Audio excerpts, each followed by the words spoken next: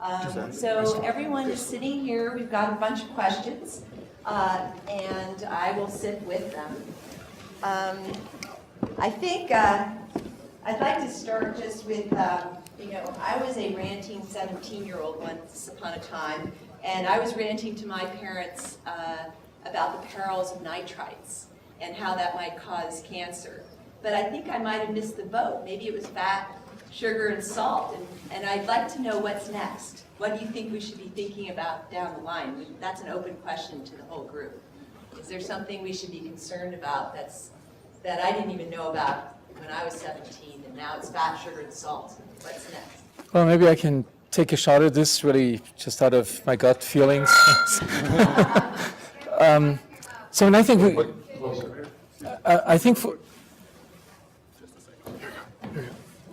I think for the first time, with the ability and the affordability of doing these analysis of amazing amounts of metabolites in your blood, in your body fluids, I think for the first time we can really put nutrition on a very scientific field. We're going to know what these metabolites are for certain food items and not speculate from one year to another what's good and what's bad for you, because I mean nutrition is not a science up to now, but it will be. So there's clearly a paradigm shift going on in this area, and I think it will be driven by the ability for the first time that you can, for $50 analyze 5,000 metabolites in your blood, depending on what diet you're on or what other factors play a role. So that's my guess. So that will guide in the future much more scientifically than these diet gurus and fat diets. Does anyone else have any other comments?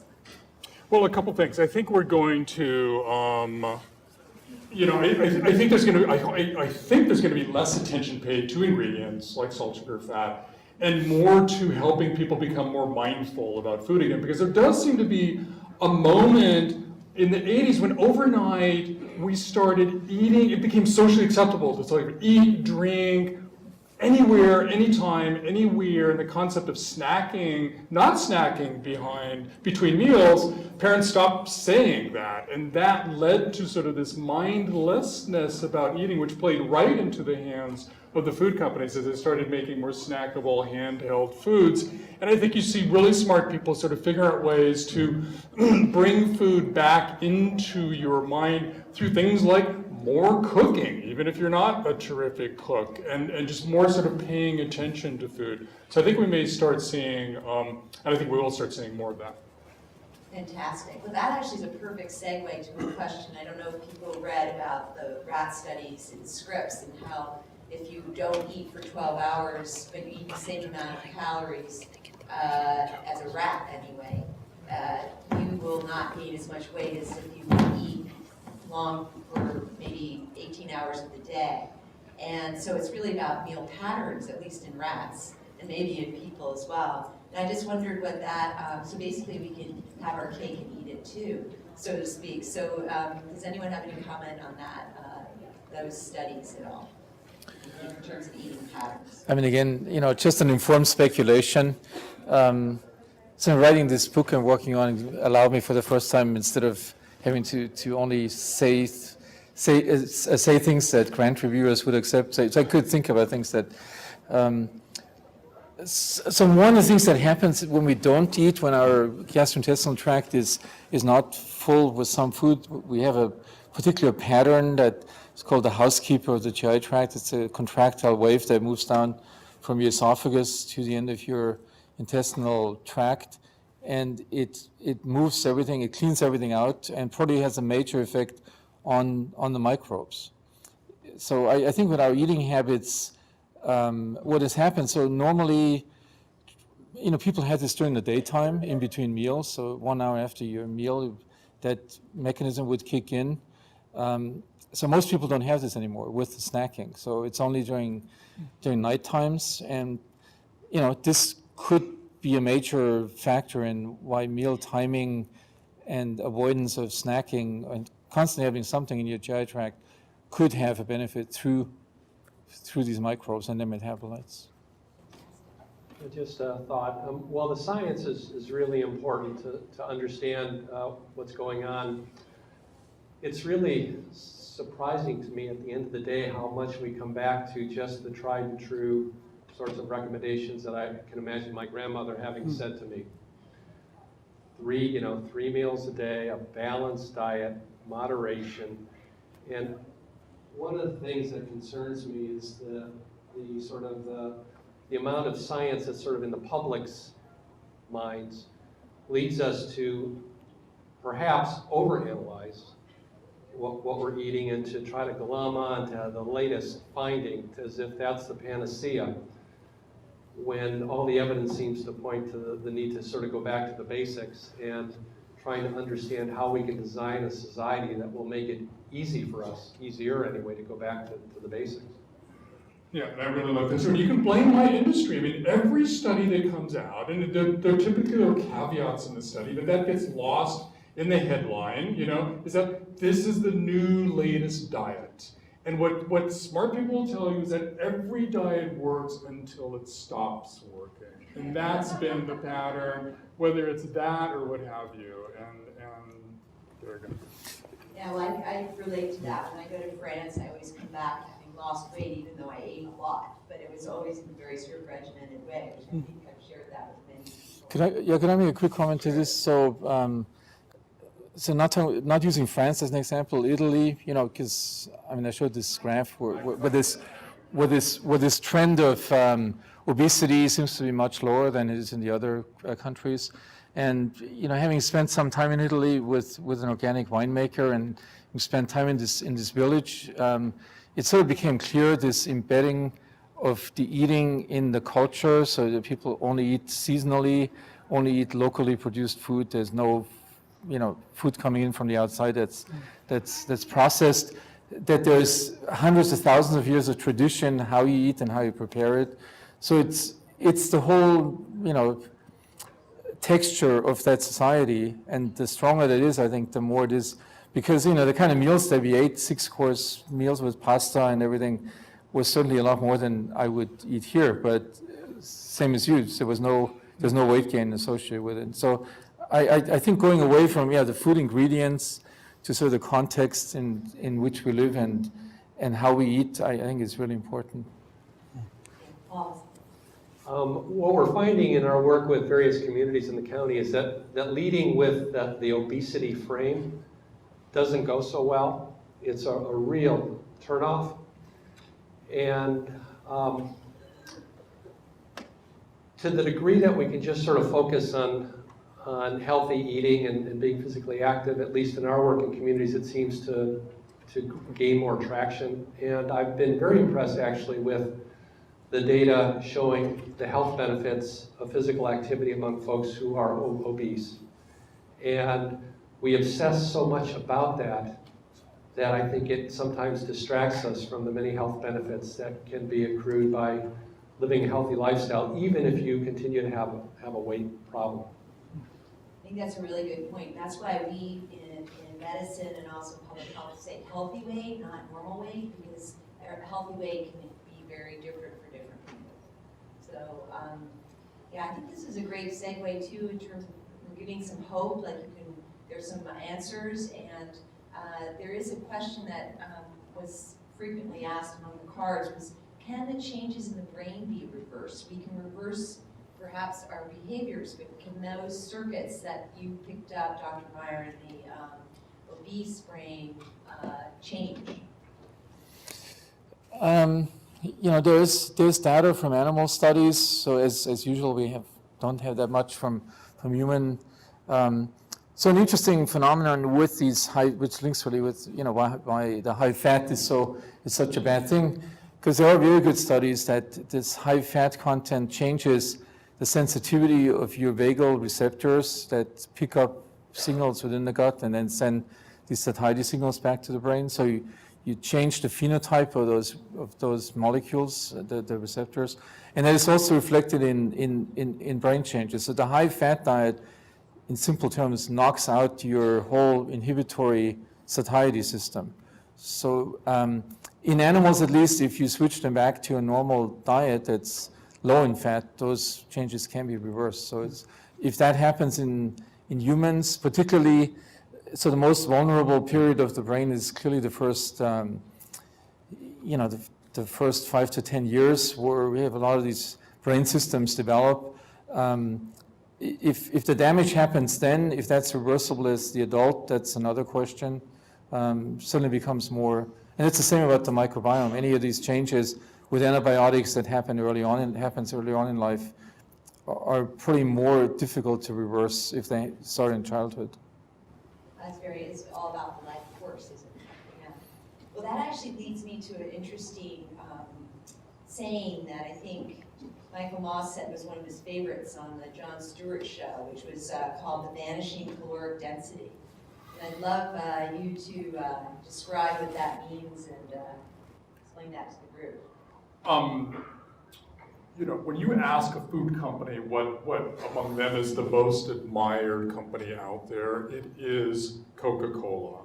For the power of the brand, the power of the marketing, but also the power of that product. And Coke, a while ago, Jeffrey Dunn explained to me, so I was trying to figure out what is so incredibly alluring about Coke, and they had a flavor house company sort of come in and analyze it, and they looked at all the ingredients, thinking, well, maybe it's the lemon or the vanilla flavors or what have you. But at the end of the day, they decided that what was so powerful about Coke was that it was absolutely forgettable. And you're not going to see that in a Coke advertisement because it sounds horrible. What they meant was that all those flavors were so perfectly blended together that a few minutes after tasting it, you're still sort of saying to yourself, wow, that's fantastic, but you're not picking up on any one of those individual flavors,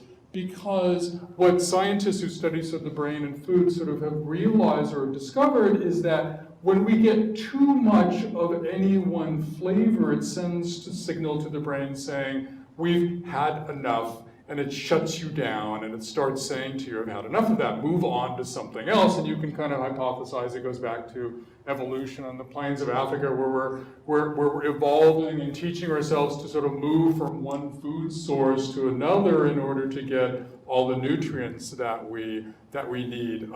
And the industry came up with this term called specific sensory satiety, which is if you can avoid that and avoid tripping that alarm in people's brains by doing these sort of perfectly blended things, you can avoid tripping the brake on overeating that we all have. And so to some extent, that's why so much processed food is really fairly bland, because they've kind of figured out that, a turkey tetrazzini might wow people and they eat a whole lot of it. That's going to be weeks or months before they go back to that. And so instead, you get a whole lot of white bread, which is still interesting, but not overwhelming in that same sense.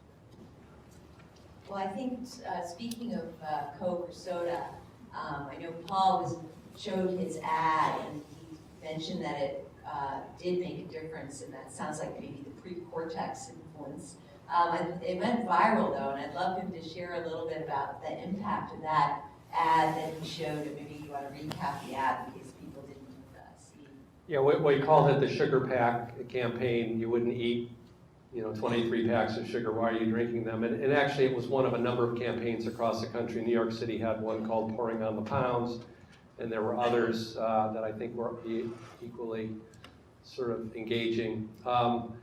Together, one of the challenges I think of doing population health work is that it's hard to attribute what you're doing to the outcomes. It's not like our work, the impacts of our work stops at our border, or the work of folks in New York City don't influence us out here. So it's really the collective of work that ultimately is going to hopefully turn the curve. What was interesting, I think, about our campaign is that it was very much fact-based, yet the industry really came out in full force. I mean, they wanted to have a meeting with me and my staff, and then they had a meeting with each of our board offices. The county has 5 elected officials that run the county, and they had individual meetings with all of them to the credit of the board. They didn't make a knee-jerk reaction, and necessarily tell us to stop. They called us in and wanted to understand what we were doing, and in the end, they supported us. But it was very striking to me how powerful the industry is, and we've seen it now with several of the sugary beverage tax campaigns that have run across the country that have universally been defeated, with the exception of the recent campaign in Berkeley, which now public health advocates are very excited about. Will be replicated in other places. But the industry has had the ability to pour in millions of dollars into these campaigns, and the public opinion research we do indicates that well over 50% of folks in Los Angeles County would support a sugary beverage tax. But when you actually put one on the ballot, and then the industry comes in with their geniuses, who are able to really shift public opinion, you get a complete reversal, where 3/4 of the population will then be opposed. So, how you combat that influence, to me, is a major challenge. Can I ask a quick question to this? So was the decrease in sugar, sugary drinks, accompanied by an increase in the non-sugar sweetener consumption? Yeah, we don't know, and that's been one of the arguments of the beverage industry, that it's not going to work because people will just substitute the sugary beverage with some other high sugar, high fat. Yeah, and there has been this recent study which really annoyed the industry, that was shown that in mice and in humans that the intake of artificial sweeteners was the main factor for development of metabolic syndrome, much more than the sugar. So switching from sugar to non-sugar sweeteners will not do the job. I think that's... Wow, that's a powerful study. I'll need to get that reference. Thank you. This actually is a question that does sort of segue from soda, since soda does have corn syrup in it. And it really applies to all three of you in a different way, because a lot of the questions were around, and I know Michael mentioned that the only way to get us to move the needle potentially is to get our youth outraged or engaged in really feeling like they're being duped, maybe, for instance. And so corn syrup, I think the first thing would be is this question is related to, what does corn syrup do to the microbiome?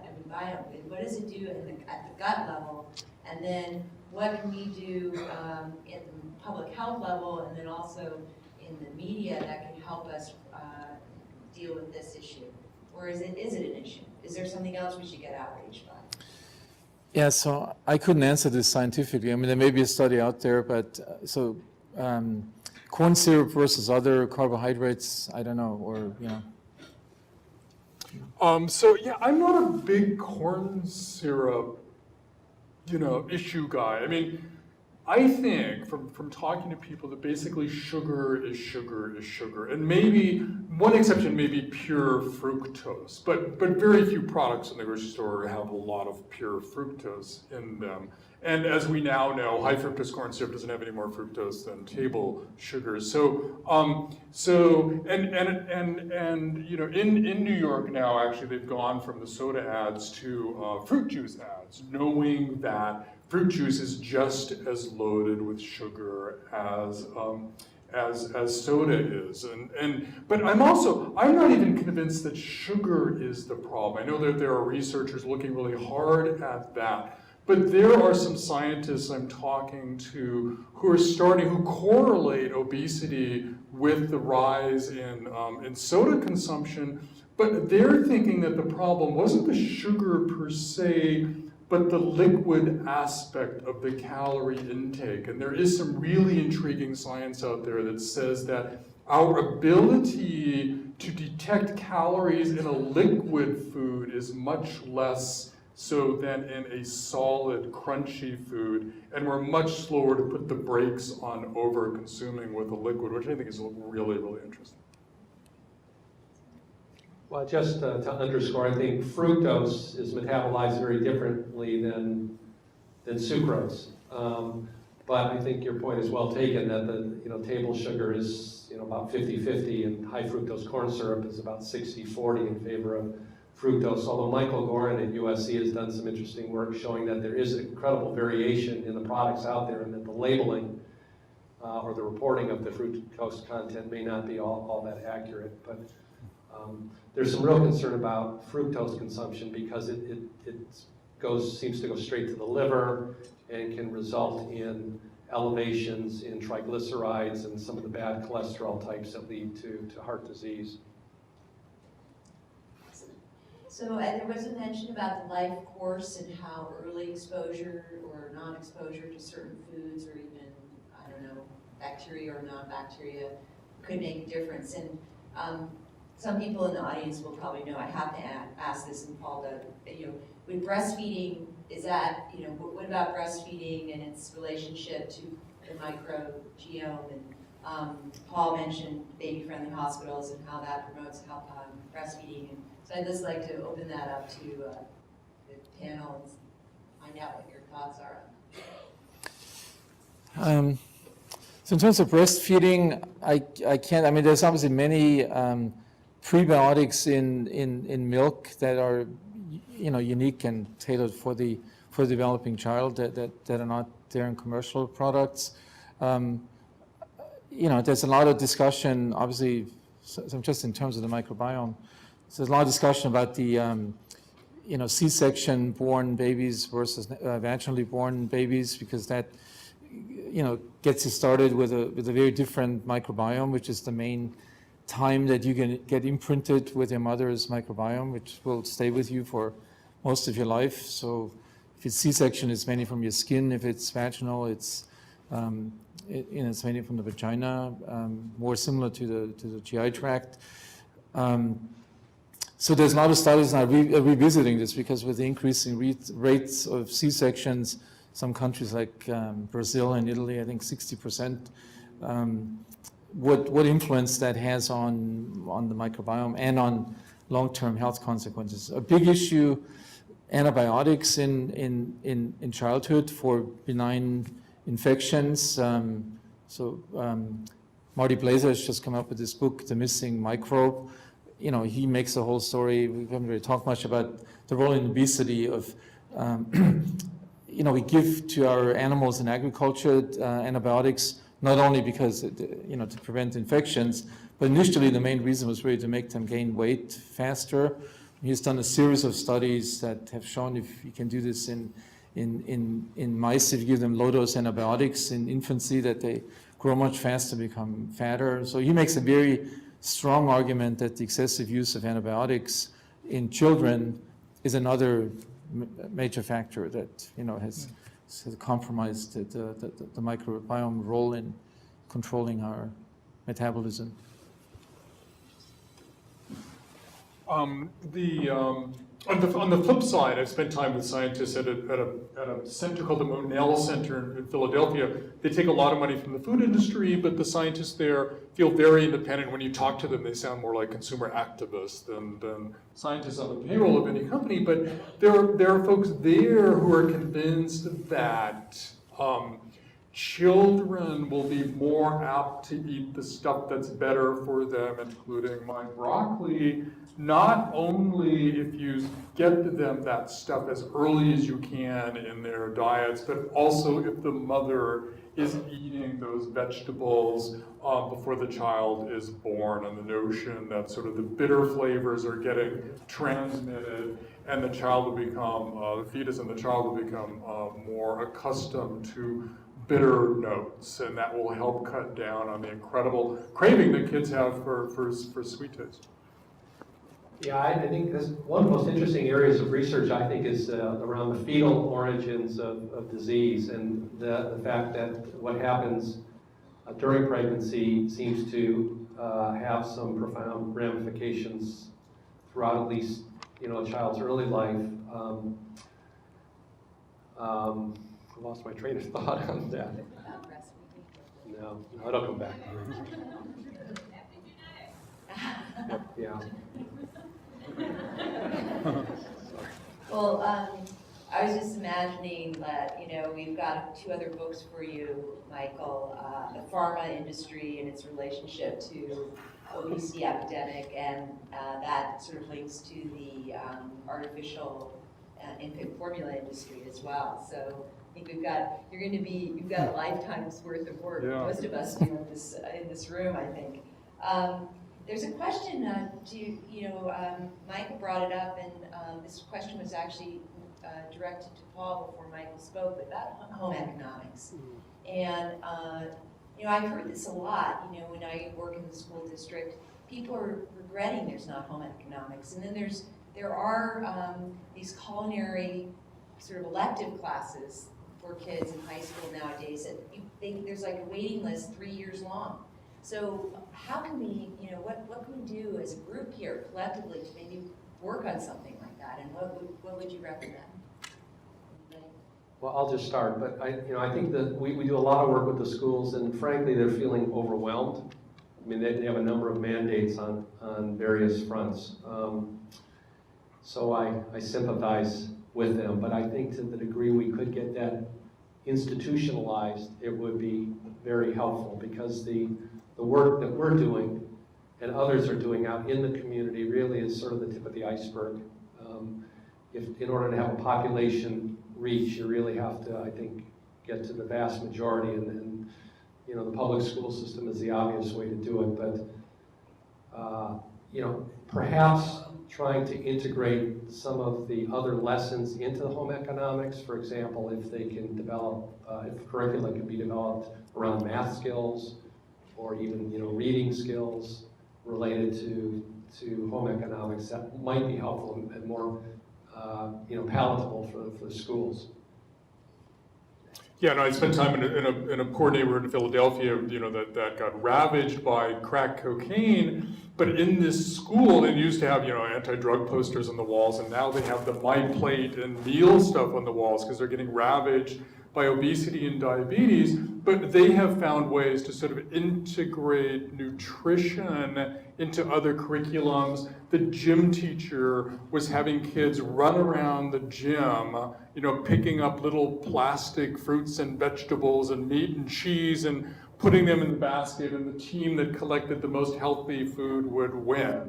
And the entire gym was sort of, had posters, again, not anti-drug, but sort of pro-healthy food posters. So you do see a lot of initiatives out there from school gardens, which get little kids excited about radishes, which potentially will get their parents excited about radishes, not to mention strawberries, and to these more integrated things. But it's a problem of resources.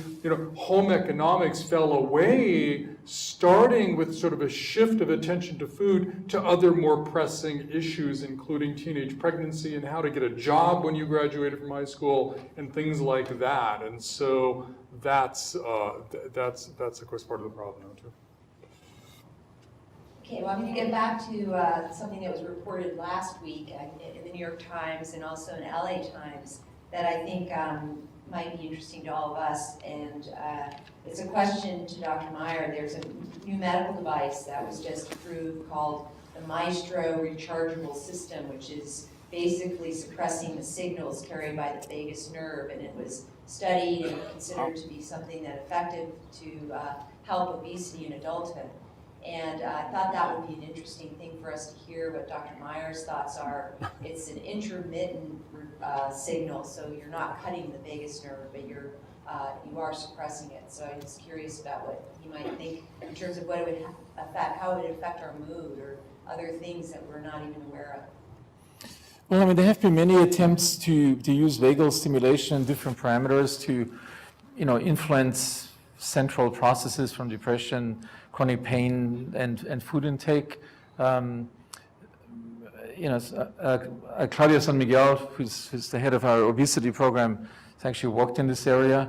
I have to say, for me, it's like Back to the Future, because so when I started my career, truncal vagotomies for peptic ulcers were sort of the main approach to that problem. And I spent several years studying patients with various forms of vagotomies, and one thing that we noticed, so we were interested in the how this affected the stomach emptying, but a lot of these patients had very strange symptoms that we could not explain. So, and there was a term, the albatross syndrome. So people that were most affected psychologically and in their well-being, were blamed on their pre-existing neurotic behavior. But in retrospect, now that we know how much the vagus nerve does, mainly in the bottom-up direction, all the signals it sends from really every organ in your body, most cells in your body to the brain, contributing. It's the most homeostatic mechanism to think that by simply stimulating it without much more specificity, which fiber, which is difficult to do. I just think this is another fad. I just think too many of these things come and go, so I cannot.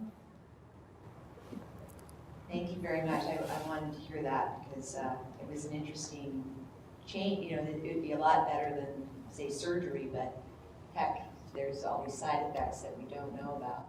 Well, there's one other thing that might help. It's even low tech, earplugs. So the industry has studies. They realize that the more noise a potato chip makes, the more you will eat.